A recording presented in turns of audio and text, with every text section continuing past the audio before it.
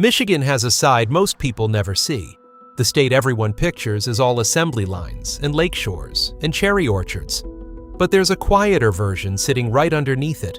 And the strange thing is, the famous ruins, the ones you'd expect on a list like this, are already disappearing. The old Michigan Central train station in Detroit isn't a ruin anymore. Ford spent close to $1 billion and reopened it in 2024. The Packard plant, the one every photographer on Earth came to shoot, was knocked down by the end of that same year.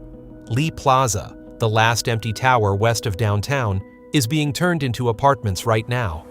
The famous ones are being saved or erased. But the truly abandoned places, the ones that still raise the hair on your arms when the wind moves through them, those are scattered across the rest of the state. In old asylums, in ghost towns the forest is eating. In one village, the sand simply swallowed whole. Stay until number 1, because there is a town near Grayling that died of disease and a curse, and the only thing left of it is a cemetery in the pines, where people swear nothing but moss will grow. Subscribe, because we show you the Michigan nobody markets. Let's go. Number 15, Fisher Body 21, Detroit. Stand at the spot where Interstate 94 meets Interstate 75, and you cannot miss it. 6 stories of concrete and broken glass, every window a black socket, the name still faint across the top. Built in 1919, it stamped car bodies for Buick and Cadillac until General Motors walked out on April Fool's Day, 1984. A paint company used it for a few years, went bankrupt, and abandoned it in 1993. It has stood open to the sky ever since, picked clean by scrappers, taken over by pigeons and spray paint. There are finally plans to turn it into hundreds of lofts. For now, it's a hollow shell, and the floors inside are not safe for anyone who wanders in alone. The next one is in Copper Country, where a town dug for 40 years and never made a single dollar. Number 14, Delaware, Keweenaw Peninsula. 2 years before the California gold rush, investors out east bankrolled a copper mine at the northern tip of Michigan and built a town around it. At its peak, Delaware had around 1,200 people, a church, schools, a railroad. The mine pulled more than 7 million pounds of copper out of the ground between 1847 and 1887. It never once turned a profit. When the money ran out, the people left, and the forest moved in. Today, the stone walls of the old mine buildings stand with trees growing straight up through the empty window frames. It survives only because a private tour company keeps the lights on underground. The next place isn't a mine. It's a fort that was built for a war that never came. Number 13, Historic Fort Wayne, Detroit. On the narrowest bend of the Detroit River, at the closest point to Canada, the U.S. Army built a 5-pointed star fort in the 1840s, aimed straight across the water in case the British ever came back. They never did. Not one shot was ever fired here in anger. Instead, the fort spent the next 130 years processing soldiers off to every war America fought, right up to Vietnam. The city owns most of it now, and a volunteer group opens the grounds on weekends. But walk past the 1848 limestone barracks and the rows of crumbling officers' houses on a quiet afternoon, with an ancient Native American burial mound sitting silent in the middle of it all. And you understand why people don't linger here after dark. The next one is just a smokestack, but it's 250 feet of one. Number 12, the Champion Stamp Mill at Freda. West of Houghton, where a dirt road runs out at the edge of Lake Superior, a single chimney rises more than 250 feet into the sky over nothing. This was a stamp mill, where machines crushed copper ore into sand. The village of Freda that surrounded it is mostly gone, and so is the neighboring ghost town of Redridge down the road. What's left is concrete ruins, beach made of crushed mill sand, and that enormous lone smokestack standing against the biggest lake in the world, like a grave marker for an entire industry. It is beautiful, and it is desolate, and you will not pass another living soul out there. The next place gave Detroit its loudest nights, and now it's collapsing in silence. Number 11, the Grand Ballroom, Detroit.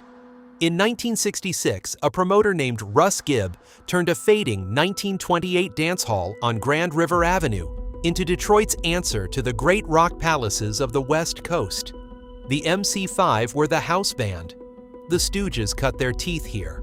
The Who, Led Zeppelin, Pink Floyd, Janis Joplin, all of them stood on that stage above a famous spring-loaded floor that made dancers feel like they were floating. The last show was New Year's Eve, 1972. After that, the roof failed. Rain and snow turned the ceiling into lumps of fallen plaster, and weeds now grow up through the dance floor where thousands once stood. It made the National Register in 2018, but its chances of ever being saved are close to none. The next place is the first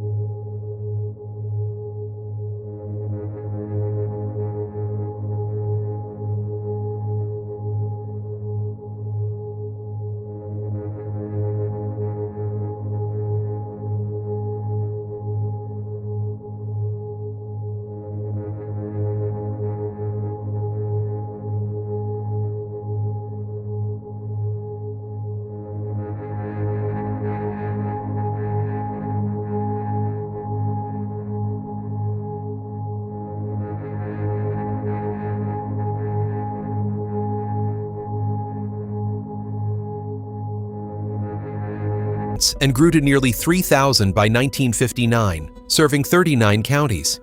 It closed in 1989 and sat empty for over a decade, while urban explorers crept through its tunnels and got the fright of their lives. Most of the grand main building has now been reborn as shops and apartments, but behind it, several original cottages, and the old power plant still rot in arrested decay, far too dangerous to enter.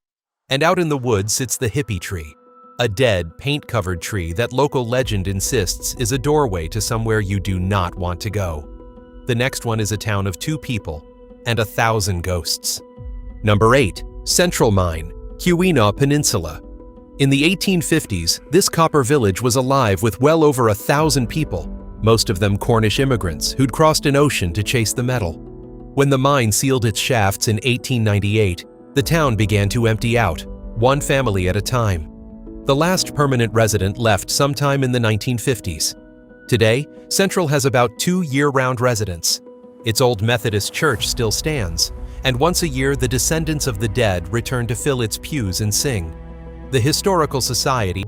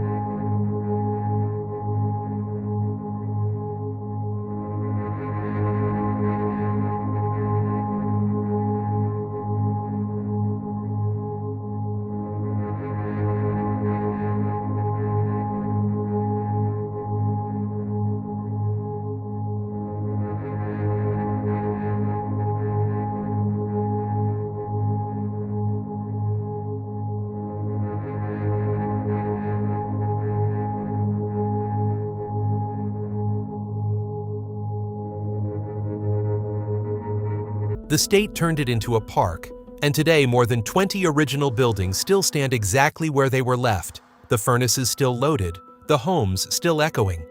You can walk the empty streets of a town that's been dead for over 130 years.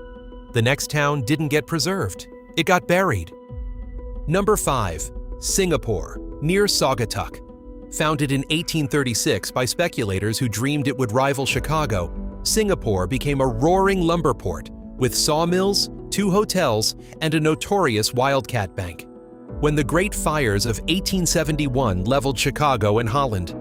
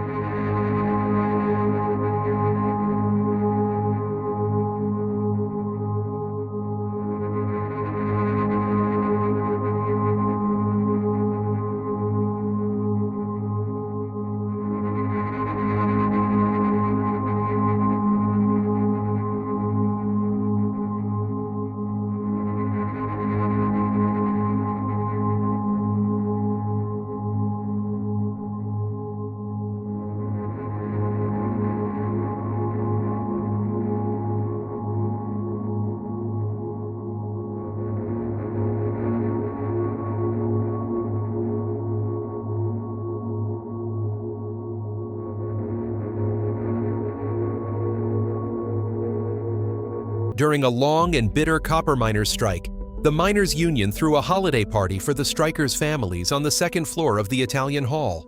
Hundreds of people packed in, most of them children, lined up to get presents off the tree. And then someone, never identified to this day, falsely shouted, "Fire!" In the panic that followed, 73 people were crushed and suffocated to death on the steep stairwell trying to escape. 59 of them were children. The youngest was 2 years old. There was no fire. The building was torn down in 1984, and all that remains is the sandstone archway that once framed that stairway, standing alone now in a small memorial park with the names of all 73 carved nearby. People do not walk through that arch lightly. The last 2 places are the most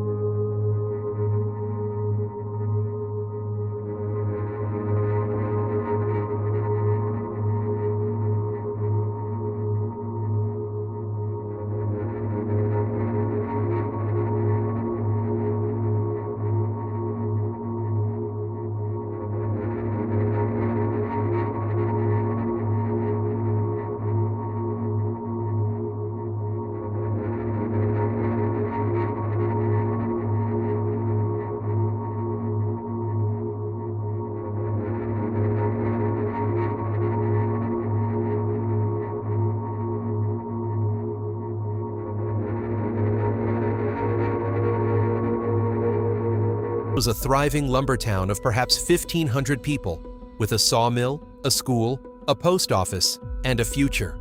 Then the future stopped. Diphtheria swept through in 1893 and killed people by the dozen.